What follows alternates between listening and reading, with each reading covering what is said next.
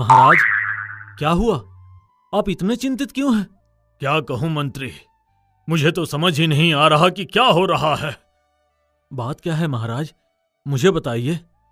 हमें समझ नहीं आ रहा कि हमारी सारी योजना विफल होती जा रही है। हम जब भी अपने आसपास के राज्यों पर हमला करने की कोशिश कर रहे हैं, हम बुरी तरह विफल हो जाते हैं। आपको क्या लगता है, इसका कारण क्या है महाराज? हमें लगता है कोई तो है जो हमारी सारी योजनाएं पड़ोसी राज्य में गुप्त तरीके से भेज रहा है, और जो भी है वो कोई ऐसा है जो हमारे बहुत करीब है। अच्छा, क्या आपको किसी पर शक है महाराज?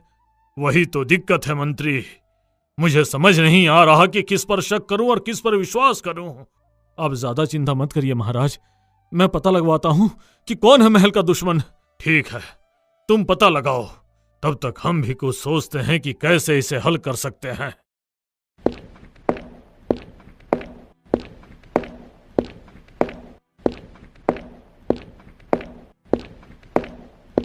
दिन बीतते गए। कुछ दिनों बाद राजा कर्मवीर ने अपनी सभा बुलाई और सभा में सेनापति, मंत्री, राजगुरु और एक गुप्तचर थे। हमें दक्षिण में सूर्यपुर राज्य पर हमला करना है। जी महाराज, आप योजना बताएं। सूर्यपुर से हमारे गुप्तचर द्वारा पता चला है कि पूर्व दिशा में सबसे ज्यादा सैनिक रहते हैं और उत्तर दिशा में कुछ अच्छी सुरक्षा नहीं है, और वहां किसी जगह में कोई सुरंग है जो सीधे महल में जाती है।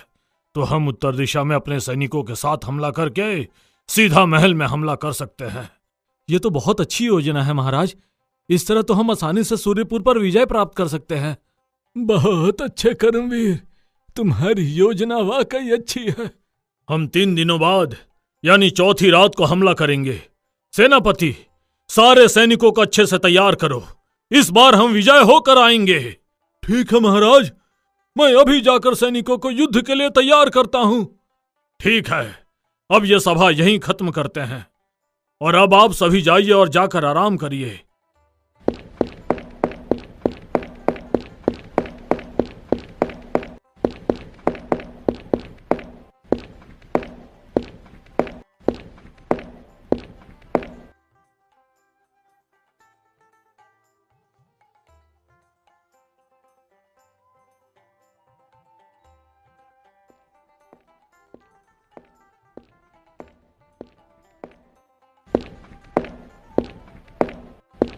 आपकी योजना तो वाकई काबिल तारीफ है महाराज। अब बस ये योजना काम भी आ जाए। मतलब क्या आपको अपनी ही बनाई योजना पर भरोसा नहीं? बात भरोसे की नहीं है रानी, जब आपके कंधे पर एक पूरे राज्य की जिम्मेदारी हो तो आप थोड़ा डर कर ही रहते हो। हमें आपकी सूझबूझ पर पूरा भरोसा है, आप जरूर विजयी होंगे।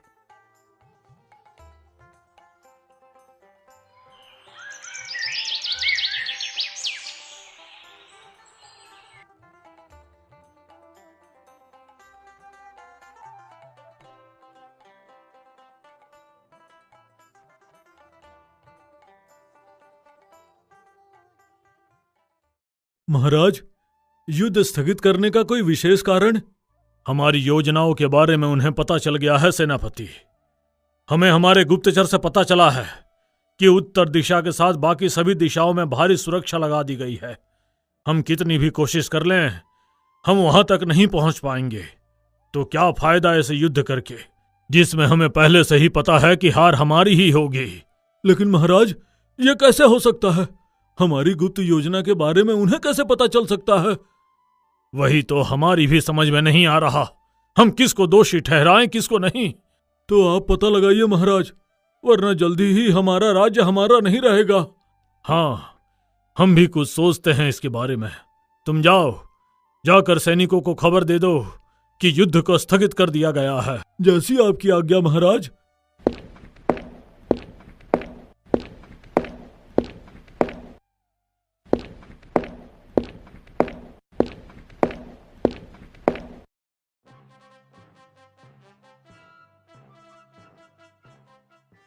दिन ऐसे ही बीतते रहे। राजा कर्मवीर एक बार फिर एक गुप्त सभा करवाते हैं उन्हीं लोगों के साथ, और पर्दे के पीछे रानी शोभा सब सुन रही थी।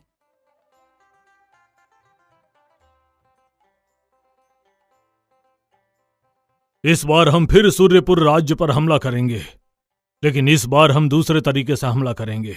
इस बार हम अपने सारे सैनिकों के साथ उत्तर दिशा की तरफ हमला करेंगे। जब सारे सैनिक आपस में लड़ रहे होंगे, तब कुछ चुनिंदा सैनिक उस सुरंग से होते हुए महल में घुसकर हमला करेंगे। जी महाराज, ऐसा ही होगा और इस बार युद्ध जीत कर आएंगे। यही जोश हमें सभी सैनिकों में चाहिए। सेनापति, जाओ, जाकर सैनिकों को तैयार करो। और हां, किसी को भी हमारी इस योजना के बारे में पता नहीं लगना चाहिए। जी महाराज, इस बार कोई भी खबर कहीं बाहर नहीं जाएगी। ठीक है, फिर हम परसों रात को हमला करेंगे।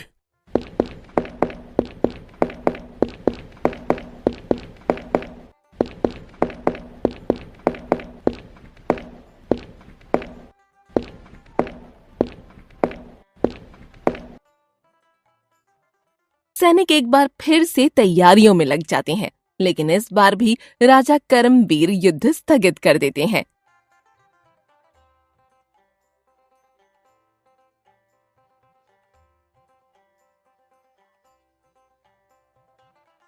ये क्या महाराज, आपने फिर से युद्ध स्थगित कर दिया?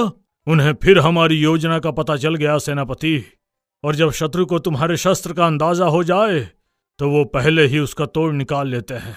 तो ऐसे शस्त्र का क्या फायदा? किंतु महाराज, हमारे सैनिक इतने बहादुर हैं कि वो बिना योजना के भी दुश्मन को धूल चटा सकते हैं। हमें पता है तुम क्या कह रहे हो सेनापति, किंतु अब हम ये युद्ध नहीं होने देंगे। हमारे गुप्तचर ने बताया है कि उन्होंने सुरंग बंद करवा दी है और सुरक्षा बढ़ा दी है। अब ऐसे में यदि हम युद्ध करने जाएंगे तो पराजय निश्चित है। ठीक है महाराज, मैं सैनिकों को खबर देता हूं, युद्ध एक बार फिर स्थगित हो गया है।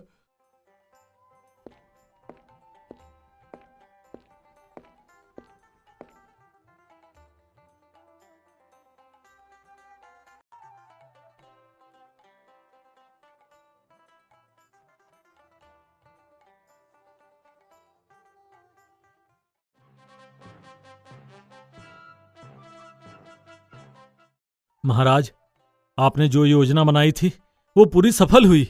बहुत खूब मंत्री, हमें पता था कि ये काम तुमसे अच्छा और कोई नहीं कर सकता। किंतु महाराज, हम चाहते तो उस विद्रोही को वहीं पकड़ सकते थे, किंतु आपने हमें ऐसा करने से मना क्यों किया? क्योंकि ये जो भी है हमारा बहुत खास है, और हम चाहते हैं कि हम इस व्यक्ति को हमारे साथ छल करता अपनी आंखों से देखें, ताकि उसके पकड़े जाने पर हमें जरा भी हमदर्दी ना हो। समझ गया महाराज, तो बताइए अब आगे क्या करना है? अब एक आखिरी योजना बनानी है दुश्मनों के खिलाफ, ताकि ये विद्रोही उन्हें ये संदेश देने जाए और हम उसे वहीं रंगे हाथ पकड़ें। जैसी आपकी आज्ञा महाराज।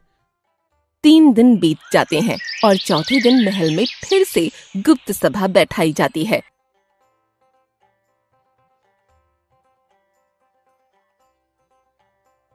हमें पता है कि हम जो भी योजना बनाएंगे वो दुश्मनों तक पहुंच जाएगी, इसलिए अच्छा है कि इस बार बुद्धि से ऊपर बल का उपयोग किया जाए। सेनापति, अपने सैनिक तैयार कर लो, क्योंकि इस बार इसमें बुद्धि की बहुत आवश्यकता पड़ेगी, और हम इस बार ये युद्ध स्थगित नहीं करेंगे। उम्मीद तो यही है महाराज कि इस बार युद्ध स्थगित ना हो। नहीं होगा सेनापति, तुम बस तैयारी करो, क्योंकि हम कल रात को ही हमला करेंगे और इस बार हम दुश्मन को तैयारी का मौका नहीं देंगे। जो आज्ञा महाराज।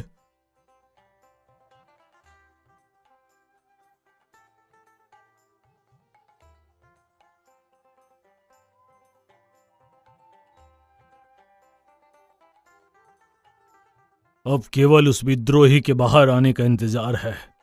कब रात हो और कब वो बाहर निकले। निकलेगा महाराज, रात भी होगी और विद्रोही भी निकलेगा। आप बस थोड़ा सब्र रखिए।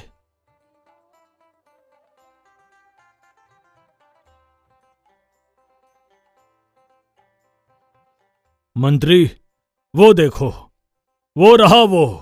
जी महाराज, चूहा अपने बिल से बाहर आ चुका है। अब हमें भी उसके पीछे चलना चाहिए। तुम ठीक कहते हो मंत्री, चलो चलो, इससे पहले कि वो कहीं गायब हो जाए।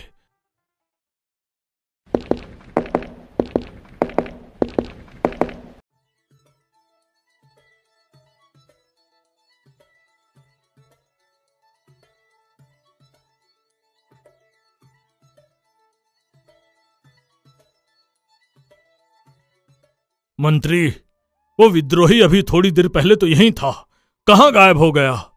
वही तो महाराज, कहाँ जा सकता है वो अब ऐसे समय में? अगर हमने कोई जल्दबाजी की तो सारी योजना पानी में मिल जाएगी। इस बार ऐसा नहीं होगा मंत्री।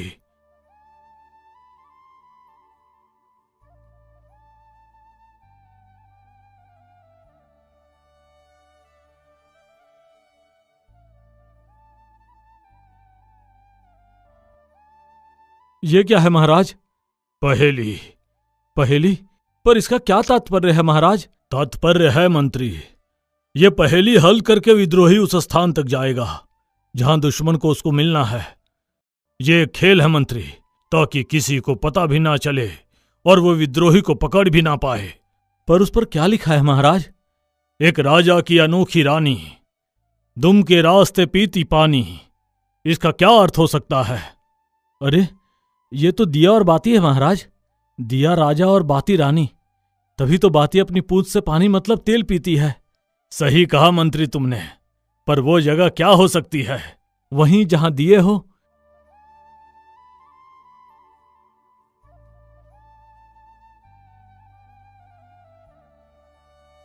किंतु यहां तो हर जगह दिए हैं, मतलब यहां पर बात हो रही है मंदिर के अखंड दिए की, जो महाराज हमें वहां जाकर देखना चाहिए। तुम सही कहते हो मंत्री, चलो।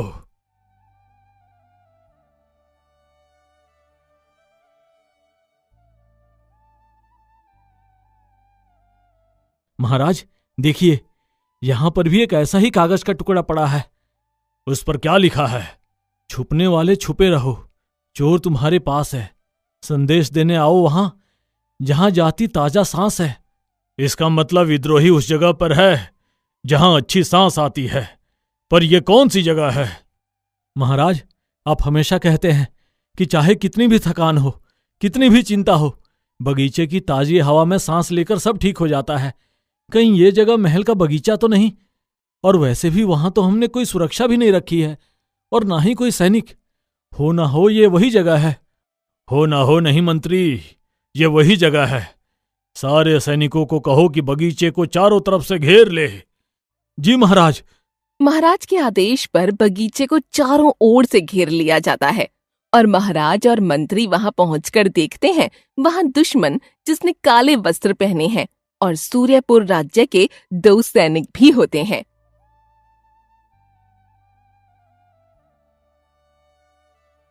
तुम्हें क्या लगा हम तुम्हें कभी पकड़ नहीं पाएंगे? तो तुम गलत निकले। सैनिक, इसका चेहरा दिखाओ, जरा हम भी तो देखें कौन है जिसने हमें धोखा दिया है।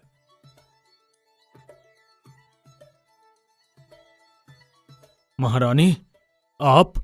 महाराज, मुझे क्षमा कर दीजिए, मुझसे भूल हो गई। आपके ऐसा करने का कारण क्या है महारानी? महाराज, सूर्यपुर के राजा मेरे पिता के बहुत अच्छे दोस्त हैं। मेरे पिताजी ने मेरी शादी आपसे कराई ताकि मैं आपकी सारी योजनाएं, सारे राज उन्हें बता सकूं और वो आपको हरा सकें। लेकिन महाराज, मुझे अपनी गलती का एहसास हो गया है। अब मैं ऐसा कभी नहीं करूंगी, मुझे माफ कर दीजिए। आपने हमारे साथ जो छल किया है उसकी कोई माफी नहीं है महारानी। सैनिकों, तीनों को ले जाकर कारावास में डाल दो। राजा के कहने पर सैनिकों ने रानी और उन 2 सैनिकों को उठाकर जेल में डाल दिया।